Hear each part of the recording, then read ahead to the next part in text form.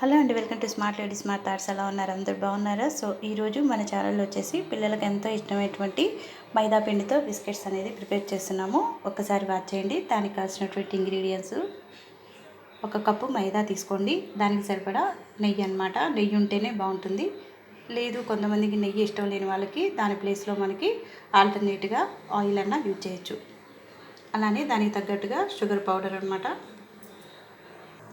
ఇప్పుడు ఇలాంటి వెడల్పాటి ఒక ప్లేట్ తీసేసుకొని ఒక కప్పు మైదా పిండికి షుగర్ పౌడర్ ఎంత వేస్తున్నానో ఒకసారి వాచ్ చేయండి.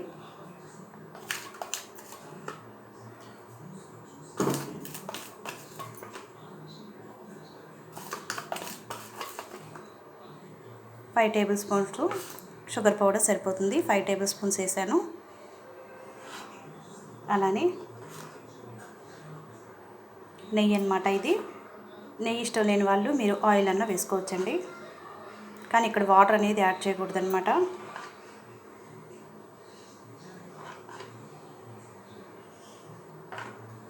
వీటంతా బాగా కలిపేసేయండి.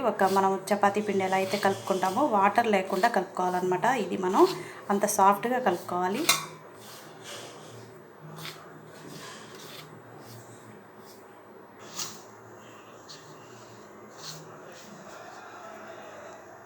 చూసారు కదండి, ఇలా మీరు ఆయిల్ యూజ్ చేస్తే ఆయిల్తోనే ఇలా కలుపుకోండి. లేదంటే కనుక నెయ్యి యూజ్ చేస్తే నెయ్యితో కలుపుకోండి. అంతేగాని వాటర్ మాత్రం యాడ్ చేయకూడదు. బాగా పిండి అంతా కూడా సాఫ్ట్గా వచ్చేట్టు కలుపుకోవాలి. అప్పుడే మనకి బిస్కెట్స్ అనేది స్మూత్గా రావడానికి ఛాన్స్ ఉంటుందన్నమాట. చూసారు కదండి, మనం బిస్కెట్ బ్యాటర్ అయితే ఇలా స్మూత్గా రెడీ అయిపోయిందనమాట. వాటర్ అనేది ఇక్కడ మీరు గుర్తుంచుకోవాల్సిన విషయం ఏంటంటే వాటర్ అనేది యాడ్ చేయకూడదు అసలు.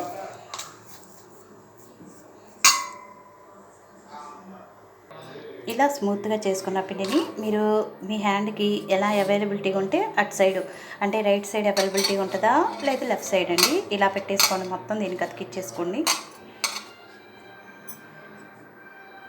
చూసారు కదా, ఇలా అనమాట. అంతా కూడా ఈక్వల్ సైజ్ చేసేసుకోండి.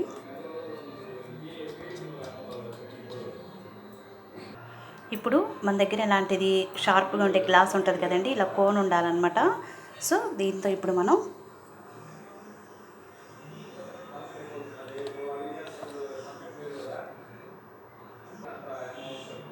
ఇలా ప్రెస్ చేయండి. అన్నీ ఇలా వచ్చేస్తాయి అన్నమాట మనకి పీసెస్ లాగా.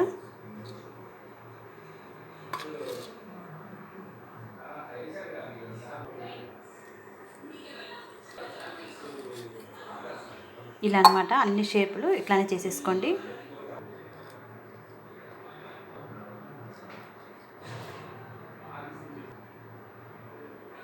అన్నిటినీ ఇలా ఫార్మేషన్గా చేసేసుకోండి. ఈలోపు స్టవ్ ఆన్ చేసేసి ఇలాంటి ఒక వెడల్పాటి ప్యాన్ తీసేసుకోండి. ఒక 10 మినిట్స్ ఇలా శాండ్ వేసేసి ఒక 10 మినిట్స్ హీట్ చేసేయండి ప్యాన్ని. ఇలా శాండ్ ఉన్నా ఓకే, లేదంటే మీ దగ్గర సాల్ట్ ఉన్నా ఓకేనండి, ఏదైనా పెట్టుకోవచ్చు. ఒక 10 మినిట్స్ బాగా హీట్ చేసేసేయండి.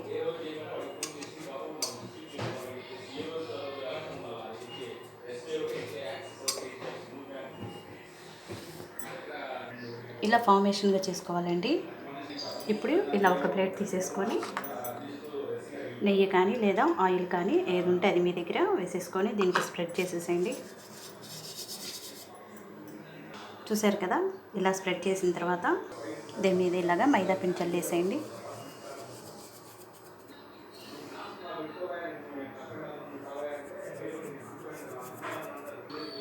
సో ఇలా స్ప్రెడ్ చేసేయండి మొత్తం కూడా మైదా. సో మనం ఇప్పుడు ఇవి కట్ చేసుకున్న బిస్కెట్స్ అంతా కూడా దీని మీద పెట్టేసేయండి. ఈక్వల్ సైజ్ కట్ చేసుకున్నాం కదా.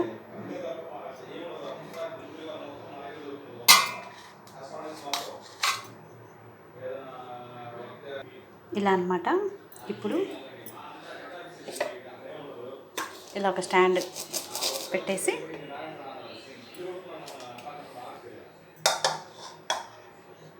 దీన్ని ఇలా పెట్టేసేయండి. సో దీని మీద ఇలాగా ప్లేట్ పెట్టేసేయండి. ఇంకా అవి కుక్ అవుతూ ఉంటాయి అన్నమాట. లో ఫ్లేమ్లో పెట్టండి, మధ్య మధ్యలో చూస్తూ ఉండండి. సో ఇప్పుడు ఒకసారి ప్లేట్ తీసి చూద్దామండి, కుక్ అవుతున్నాయి.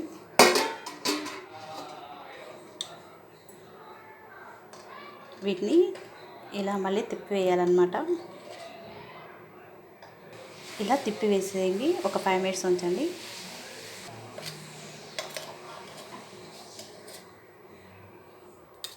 సో బిస్కెట్స్ అన్నిటిని ఇలాగా తిప్పి వేసేయండి. ఒక 2 మినిట్స్ ఉంచితే మనకి బిస్కెట్స్ అనేవి రెడీ అయిపోతాయి అన్నమాట. మళ్ళీ ప్లేట్ పెట్టేసేద్దాం. ఒకసారి ఓపెన్ చేసేద్దామండి ప్లేటు. సో బాగా బేకింగ్ అయినాయి. ఇప్పుడు స్టవ్ ఆఫ్ చేసుకుందాం.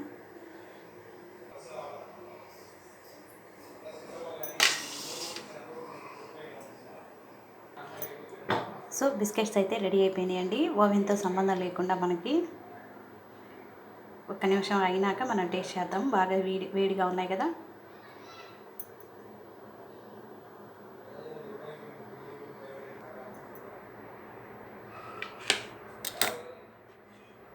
చూసారా, మనకి పిండి కానీ ఎక్కడ ఏమీ తగలట్లేదు. చక్కగా కుక్ అయ్యింది అనమాట. నాకు బేకింగ్ అవ్వడానికి 20 మినిట్స్ పట్టిందండి. పిల్లలకి ఇలాగ మనం ఇంట్లో ఉండే ఇంగ్రీడియంట్స్తో చక్కగా ఇలా బిస్కెట్స్ అనేది చేసి పెట్టచ్చు అనమాట. చాలా చాలా బాగుందండి. మీరు కూడా ట్రై చేయండి. మధ్య మధ్యలో కొంచెం డిస్టర్బెన్స్ వస్తూ ఉంటుంది, దాన్ని ఇగ్నోర్ చేసేయండి. ఓకేనా?